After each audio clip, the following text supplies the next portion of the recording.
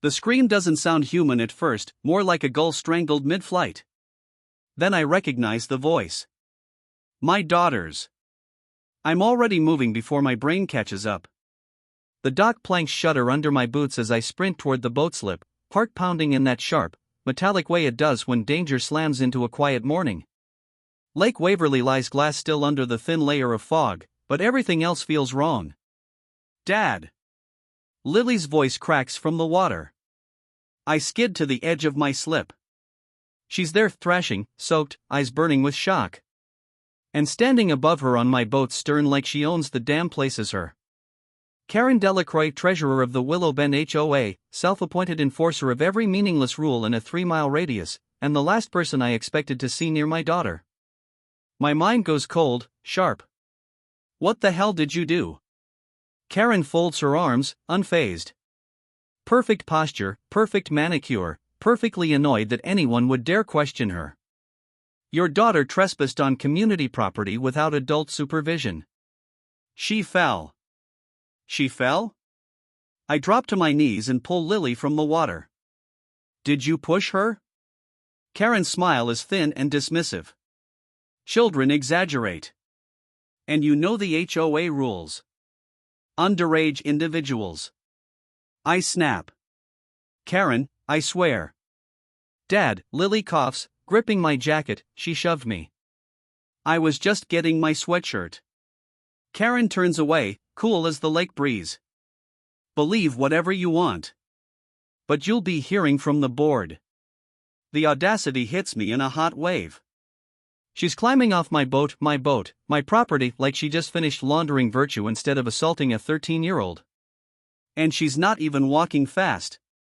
Just her usual clipped parade step, the one she uses when she's measuring whose life she'll make difficult next.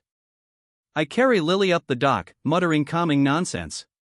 She shivers against me, salty tears warm on my shirt. We reach the path leading up to our house. My wife, Julia, bursts through the back gate, robe flying behind her. What happened? I heard, oh my God. She drops beside Lily, wrapping her in a towel. She pretended I broke a rule, Lily whispers. She said being on the boat was unsafe, and when I tried to leave, she grabbed my arm and I clench my jaw so hard my teeth squeak. Karen pushed her into the water. Julia's eyes harden. We're reporting her. Oh, we're doing a lot more than that. But the thing is, this isn't the first time Karen's interfered with my family. Just the most violent. The morning should have been peaceful. Saturdays on Lake Waverly usually start slowed coffee on the deck, birdsong drifting through the pines, the kind of suburban quiet people spend their whole lives saving for. Willow Bend advertises itself as a premier lakeside HOA community with heightened safety expectations. Safety, my ass. Back inside, Lily warms under a stack of blankets while Julia boils water for cocoa. The kettle squeals like it hates us. My daughter curls her fingers around mine. She said you're out of compliance, Lily murmurs. She always says that.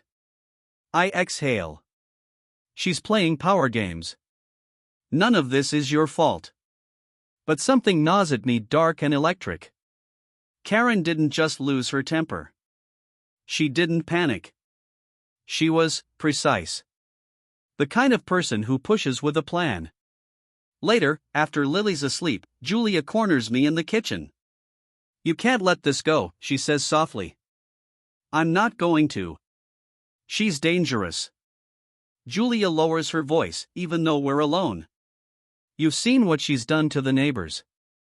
And the last time you confronted her, she filed a complaint saying you threatened her sense of order. I remember. The board meeting. The way Karen used her clipped lawyer-adjacent vocabulary to twist reality into something the elderly HOA members ate up like church mints.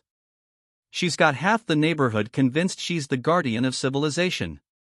But pushing a child into a lake? That's a new level even for her. I'll handle it, I tell Julia. How? I don't answer because I'm not sure yet. But something about the way Karen stood on my boat, unbothered, almost satisfied.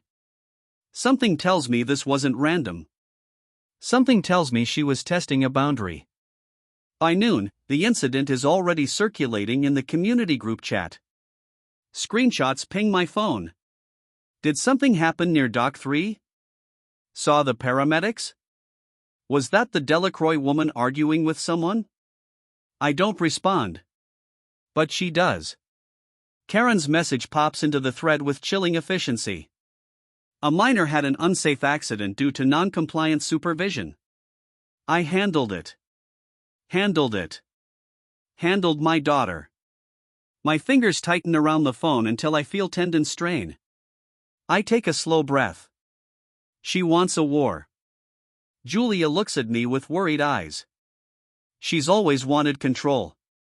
Maybe this is the escalation we were hoping wouldn't happen. There it is, the truth neither of us wants to say aloud. Karen isn't just a busybody. She's territorial. Fixated. And she's been circling us for months, hunting for any infraction to leverage. But today she crossed a line. And lines are my specialty. I walked down to the dock alone late that afternoon. The fog has burned off, revealing a sunlit lake shimmering like broken glass. Our boat, my sanctuary, rocks gently against its ropes. I climb aboard, scanning for anything disturbed. And then I see it. A footprint. Small, narrow, clearly from Karen's heel-boat shoes, on the inside of the cabin doorway. She hadn't just confronted Lily on the deck. She went inside. She searched. For what? A chill slides down my spine. Then another detail hits me like a freight train. The lock panel is slightly ajar, unscrewed. She tampered with my boat. The intrusion is so personal I feel it in my teeth. What the hell were you looking for, Karen? I whisper to the empty lake. But the lake doesn't answer. The gentle waves don't care. Only the stillness listens. I pull out my phone and take pictures even though I already know I'm not giving them to the HOA. I'm keeping them. Quietly. Strategically. Because something is starting, and I need leverage more than I need justice. Behind me, I hear footsteps on the dock. Karen's voice drifts over the water, sweet as spoiled fruit. Going to fix your boat, Mr. Cole? Make sure it's compliant? I don't turn around. Stay away from my family. She laughs softly. Your daughter should learn boundaries. Don't worry, I intend to teach her. The temperature drops inside my chest. Try it, I murmur. And you'll regret it. Oh? Karen tilts her head, delighted. Is that a threat? Should I report you? She wants me to explode. She wants a scene. I refuse to give her one. But when she steps closer, her voice lowers to a poisonous whisper. Some people don't deserve the privileges they enjoy here. I face her slowly. You pushed a child. She was somewhere she shouldn't be. And you were on my boat. Her eyes flicker, just once. A tell. She hadn't expected me to know. The corners of her lips curl. Prove it. Then she turns and walks away, the click of her heels echoing down the dock like a countdown. I watch her go, cold resolve settling into something razor-sharp. She thinks today is the end of the incident.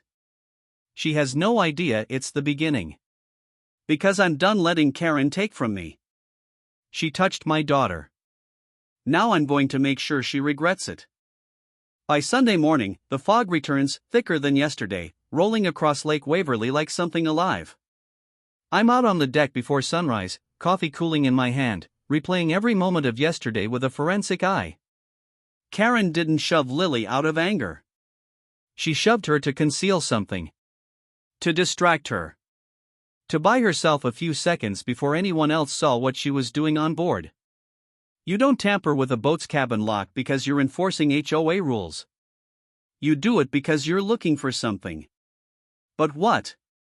I drain my coffee, set the mug down, and head toward the dock. The lake community is quiet, too early for joggers, too cold for kids. Even the geese seem to be holding their breath. When I reach my slip, everything looks normal on the surface. But yesterday taught me to stop trusting surfaces. Inside the cabin, the vague disturbance from yesterday feels sharper now. Something's off. The small binder where I keep our boat logs lies slightly angled instead of squared. My emergency toolkit is pushed 1 inch farther left than I ever leave it. My NAV screen is on standby mode instead of fully off. Subtle, deliberate.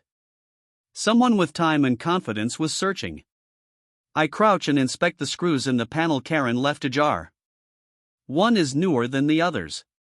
Stainless, shiny. Not mine. A change in hardware means she removed the lock, searched inside, and couldn't reassemble everything perfectly. That level of tampering isn't impulsive. It's planned. I take more pictures. Angles, close-ups, timestamps. If Karen is escalating, I need proof to match her precision. Halfway up the dock, I see a silhouette materializing through the fog. Tall, lean, cigarette glowing like a firefly. Rick Donovan. The only neighbor who hates the HOA more than I do, and the only one Karen's ever failed to intimidate. "You're up early," he calls, voice graveled from years of poor choices in cheap tobacco. Could say the same. He exhales smoke sideways. Heard the commotion yesterday. Word is Karen tried to drown your kid. She didn't try to drown her, I say, though anger punches through the restraint in my tone. She pushed her. And she searched my boat. Yeah, Rick nods. I figured something like that. I turn.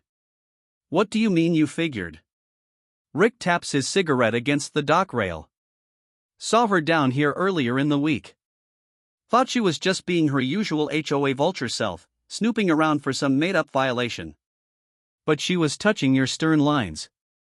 Measuring angles. Real strange. My blood ices. Why didn't you tell me? He shrugs. Didn't think it was my business until now. I step closer. Did she go inside the boat? Didn't see her do that, he says. But she was checking the underside of your hull with a flashlight. The underside. Not the deck. Not the cabin. The hull. Rick, why would she do that? He takes a long drag, eyes narrowing at the lake.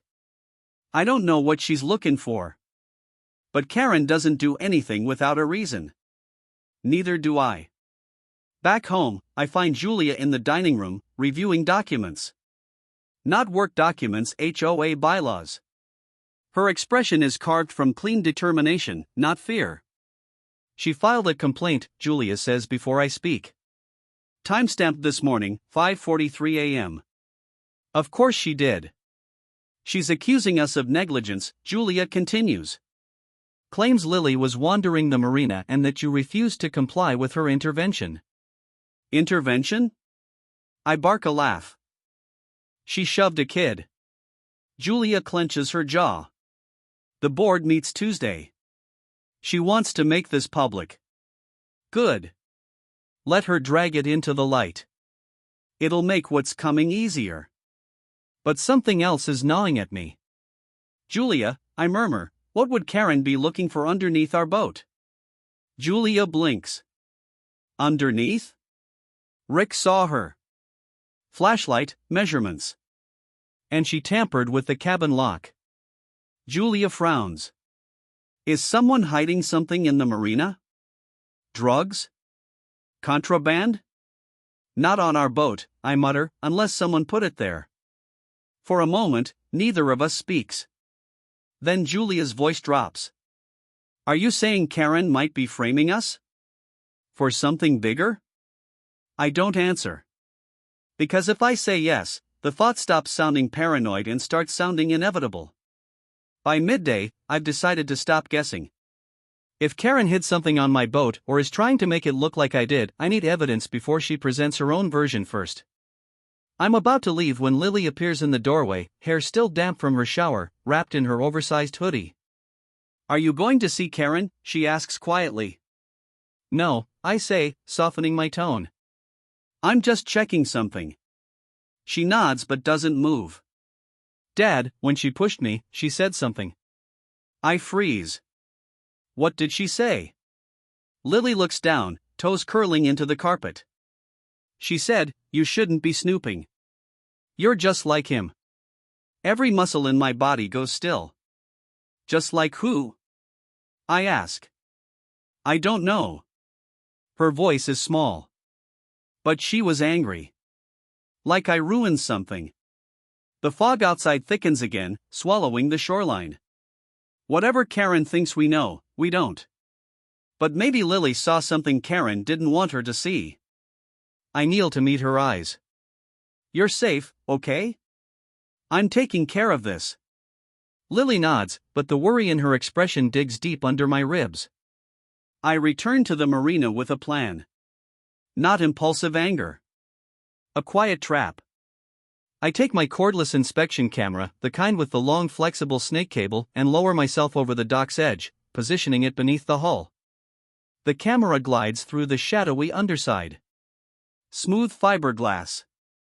Rope lines. Barnacle dust. Then, something that doesn't belong. A small black object wedged into the hull seam. Round. Metallic. Magnetized. I zoom in. A tracker. My jaw tightens. My boat has been bugged. Karen didn't come searching for something. She came to retrieve it. Or make sure it was still there. I snap pictures, video, timestamps. My pulse is steady, too steady. That calm before a storm clarity I haven't felt since my army days. The clarity that says a threat is no longer theoretical. Someone is monitoring my boat. And Karen knows. Footsteps scrape behind me. My hand instinctively closes over the camera cable. Lose something? Karen's voice is sugar-laced poison. I rise slowly. She stands a few feet away, hands clasped behind her back like she's observing museum art. Her lipstick is perfect. Her stare is colder than the lake. You're up early, she says. Again. You were here earlier, I answer. Again. Her smile doesn't change, but her eyes do, just a flicker of recognition, a microsecond of oh. She knows I found it. I keep my voice level. You've been under my boat, Karen. You want to tell me why? She steps closer. You and your family walk a fine line in this community. I'd hate for something else, unfortunate, to happen. You mean like a child being pushed into a lake? Accidents happen. Her smile widens. Patterns, though, patterns matter. There it is. A threat wrapped in HOA vocabulary. You planted something on my boat, I say quietly. She tilts her head. Prove it. I hold her gaze. I intend to. For the first time, her expression falters, a hairline fracture in her perfect facade. She turns sharply and walks away, faster than yesterday. Because now she knows the truth. I've found her trap. And I'm about to set my own. Tuesday night arrives heavy and electric, like the air before a summer storm. The Willow Bend Community Center glows across the parking lot, too bright, too polished, too proud of its beige walls and overpriced landscaping. HOA meeting nights always draw a crowd, but tonight feels different. There's tension in the lot. Conversations held in tight clusters. Eyes following me as I walk Lily and Julia to the front steps. Everyone has heard something. And Karen has been busy shaping the narrative. Inside, the meeting room is arranged like a courtroom, long folding tables draped with navy cloth, the board seated behind them in their stiff-backed chairs, and rows of gray plastic seats for residents. People murmur as we enter. Some nod to me, sympathetic. Others look away. Then she appears. Karen Delacroix glides across the room in a tailored blazer that probably cost more than my boat engine repair. Blonde hair perfect. Expression serene. She carries a thick binder pressed to her chest like scripture. Her gaze flicks to Lily. A small, cold smile touches her lips. My daughter instinctively steps closer to Julia. I place a hand on Lily's shoulder. It'll be okay, I murmur. I've got this.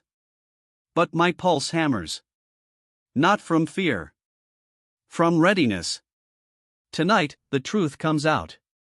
The meeting begins with procedural nonsense, minutes, budgets, landscaping updates, while my rage simmers under the surface. Karen waits patiently, legs crossed, pristine posture, as if she's the judge presiding over all of us. Finally, Agenda Item 7.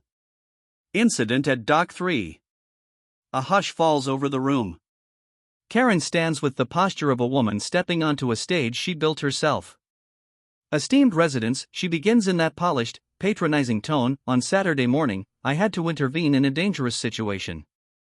A minor, unsupervised, entered the marina, boarded a vessel, and nearly caused significant property damage and potential harm to herself. Julia scoffs under her breath. Lily grips my sleeve. Karen continues, voice swelling with feigned concern. I took action to protect her. Unfortunately, the child slipped in the process. She didn't slip, I say loudly. Karen smiles without looking at me.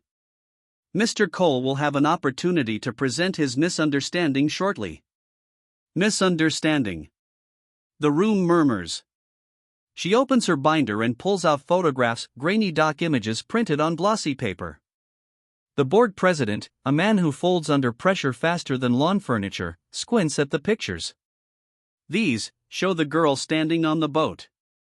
You'll note she's unsupervised, Karen says smoothly. Direct violation of Section 4B, subsection 12. She was climbing off, I say. Because you told her she wasn't allowed to get her sweatshirt. Karen tilts her head, as though amusing a toddler. Your daughter was obstructing an HOA safety inspection. I was conducting a routine compliance review. A woman in the front row frowns. On a Saturday? Alone? Karen flashes a stiff smile.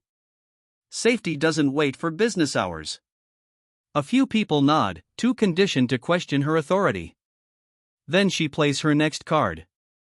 Furthermore, Karen says, voice rising with false righteousness, I have concerns about irregularities found around Mr. Cole's vessel, irregularities which could jeopardize the entire marina's safety. The word irregularities sparks immediate whispers. I step forward. Irregularities you created. Karen arches a brow. Proof? I breathe once, slow, steady. Glad you asked. I open my backpack and place a small envelope on the table. The board president blinks at it like it's a bomb. These, I say, are photos of my boat's cabin lock. Unscrewed using a tool I don't own. Taken the day of the incident. A ripple runs through the audience. And this, I continue, pulling out a USB stick and setting it next to the envelope, is video from an underside inspection of my hull. It shows a magnetic tracking device planted there. Gasps. Chairs shift.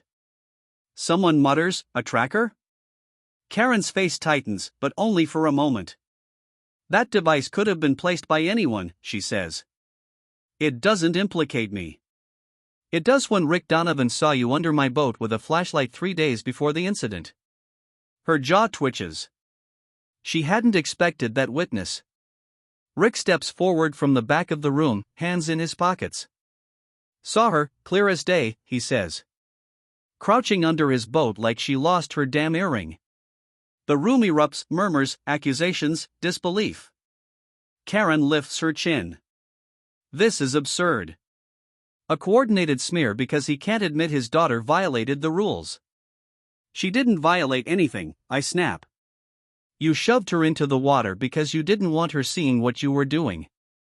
Karen's composure wavers. A crack. Hairline but real. I acted according to protocol, she says tightly. What protocol? I counter. The one where you spy on residents? Plant devices? Tamper with property? The board president holds up trembling hands. Everyone, please. But Karen explodes before he can finish. Your family is a liability to this community, she shouts at me. You don't follow instructions, you ignore warnings, you treat our regulations like suggestions. They're suggestions when you rewrite them to target people you don't like. Her face reddens. I target disruptions. I maintain order. Without rules, we have chaos. And people like you, people who think the world revolves around their special exceptions, are exactly why I have to be vigilant. Her voice echoes through the hall. No one breathes. For the first time, everyone sees the monster behind the manicured mask. Then I deliver the final blow. You said my daughter was just like him. Who were you talking about? Karen's eyes widen, too much, too fast. Who, Karen? I push. Who else were you snooping on? Who else did you spy on before us? Her breathing quickens. And suddenly, I see it, the truth behind her obsession. She didn't plant that tracker for the HOA. She planted it because she used to track someone else. Someone who discovered it. Someone who confronted her. Someone who's no longer around. A murmur rolls through the room. People sense it too. A collective shiver. Karen takes a step back. Then another. The board president rises nervously. Karen, is there something you need to disclose? Her eyes dart around the room, calculating, panicked, cornered. Her perfect facade fractures like thin ice. And that's when the front doors slam open. Everyone jumps. 2 uniformed officers step inside. Sheriff's deputies. The room freezes. Karen Delacroix, the first officer says. She stiffens. What is this? We need to speak with you regarding a report filed about illegal surveillance devices on private property. Her gaze swings to me, eyes blazing with betrayal, like I'm the one who crossed a line. You called them, she whispers. I didn't, I say. Not yet. But someone else did. Rick lifts a hand in a lazy half-wave. Figured sooner or later she'd pull this on somebody else. Cop owed me a favor. Karen's composure detonates. You have no idea what you've done, she screams, pointing at Rick, then at me, then at the entire room. You're all going to regret this. I'm the one protecting this community, you're too blind to see the threats around you. Ma'am, the officer warns, please lower your voice. She doesn't. She lunges for her binder instead, frantic, desperate. The deputies move fast. Chairs scrape. People gasp. Papers fly as they pin her arms and pull her away from the table. 3 days after the meeting, Lake Waverly settles into a strange, uneasy quiet, like the community is holding its breath, waiting to see what fills the vacuum Karen Delacroix left behind. Her arrest spread through Willow Bend like wildfire. By morning the gossip chain had mutated into a dozen theories: embezzlement, stalking, blackmail, secret HOA espionage rings. Truth is, the sheriff hasn't said much. The formal charges are illegal surveillance and tampering, but everyone knows something deeper is beneath the surface. Something Karen hinted at with her final, venomous warning. She wasn't just spying for control. She was hiding from someone. Or hunting them. Either way, nobody wants to be the next target of whatever she was involved in. For now, though, life resumes a shaky normal. Almost. On Saturday morning, I take Lily back to the marina. It's her first time near the water since the incident. She hesitates at the dock's edge, eyes flicking toward the slip where it happened. You're safe, I remind her gently. Karen's gone. She nods, but I can see hesitation gripping her like a cold hand. We step onto the dock together. The boards creak softly under our feet. Couples are cleaning their boats. A father is teaching his son how to tie a cleat knot. Normal, peaceful sounds. Finally. When we reach my slip, Lily stops. The boat bobs calmly, ropes tightening with the rhythm of the lake. Sunlight scatters across the water like shattered glass. You okay? I ask. She swallows. I think so. I crouch beside her. You're brave. You know that, right? You're only saying that because I didn't cry. You cried, I say. And you were still brave. That earns the smallest smile. She steps onto the boat, carefully at first, then with growing confidence. Inside the cabin, the repaired lock gleams with new screws. The tracker is gone, removed by the sheriff's tech unit. The space feels normal again, ours again. Lily walks her small fingers along the windowsill. Dad? Yeah? Why was she watching us? I exhale slowly. I don't know. It's the truth. And the truth feels heavier than any lie. But, I add, whatever reason she had, it wasn't because you did anything wrong. She nods, absorbing that. But her next question hits like a cold wave. Is she going to come back? I pause. Choose honesty over comfort. I don't think she can hurt us again, I say carefully. But we'll stay cautious. That's what smart people do. She nods again, but I see it. Karen left a bruise on her truss deeper than any physical injury. We'll be okay, I promise. And I mean it. Mostly. That afternoon, the HOA hosts a restorative community meeting, their attempt to patch the hole Karen blew through their perfect image. The board president speaks with a shaky voice, promising transparency, accountability, and a renewed commitment to mutual respect. Translation: we lost control, and now we're pretending we didn't. Neighbors approach us one by one. Some apologize. Some confess they always felt uneasy around Karen. Some claim they knew she was troubled but didn't want to get involved. Everyone wants to distance themselves from her now. Julia stands with me, hand in mine, tension gradually melting from her posture. Every time someone offers support, I can see the relief in her face. But something still itches at the back of my mind. During each conversation, I scan expressions, reactions, body language. Not intentionally, just instinct honed from years of reading rooms, assessing threats. Most people seem genuinely shocked by the tracker. The snooping. The meltdown. But some don't. One man in gray polo, clean cut, listens without blinking. His eyes drift across faces like he's mapping escape routes. Another woman, sunglasses pushed up on her head, tenses every time Karen's name is mentioned. She avoids eye contact. A third resident, one I barely recognize, leaves before the meeting ends and doesn't look back. 3 people. 3 different reactions. One common thread. Fear. Not of Karen. Of someone finding something. Someone who might have been working with her. My stomach tightens. Karen wasn't working alone. She was part of something. Or running from something. And now whatever she was tracking might shift its attention.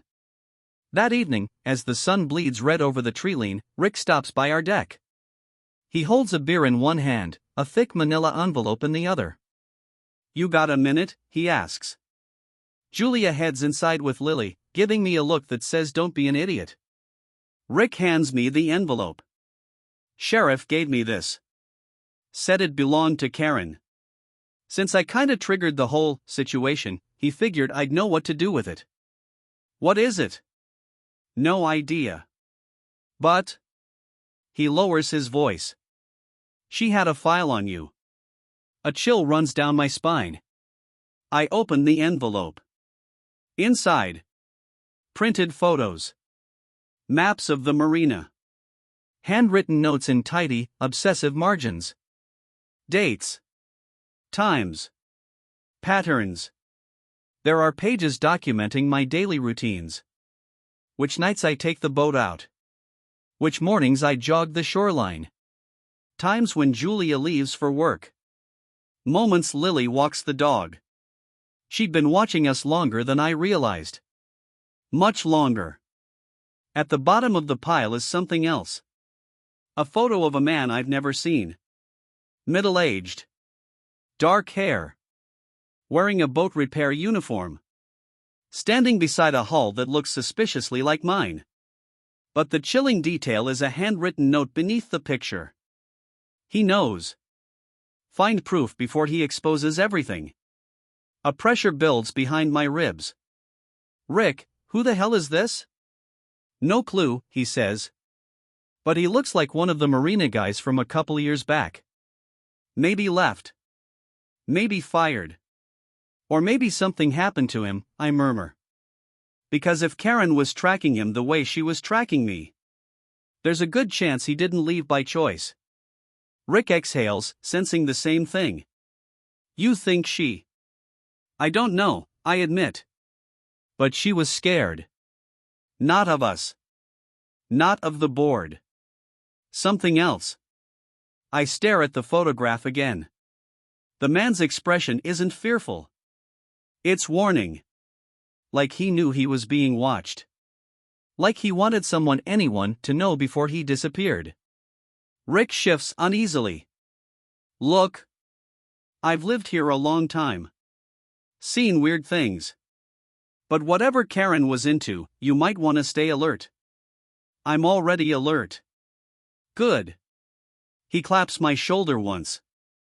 Keep it that way. Later that night, after Julia and Lily fall asleep, I sit alone on the deck with the lake stretching dark and silent before me. I pull the photo out again. The unknown man's eyes seem to follow me. Behind him, faint but visible under bright marina lights, is something else on the hull. Something I didn't notice at first. A symbol. A mark. A small circle with a line slashed through it. Not a manufacturer's stamp. Not a repair tag. Something intentional. Something hidden. Something I've seen somewhere before. My chest tightens. Because it matches a faint, etched shape I once found on the underside of my own hull 2 summers ago. One I scrubbed away without thinking, assuming it was graffiti from a bored teenager. But it wasn't graffiti. It was a marker. A sign. A message. For who? For Karen? Or for whoever Karen was running from? A cold breeze rolls across the lake, rippling the surface. I stare into the darkness, pulse steady, breath-controlled, old instincts awakening, sharpening. Karen thought she was protecting the community. She was wrong. She was protecting herself. From something that marks boats. Tracks people. And leaves no trace behind. Something that hasn't shown itself yet. But will. Soon.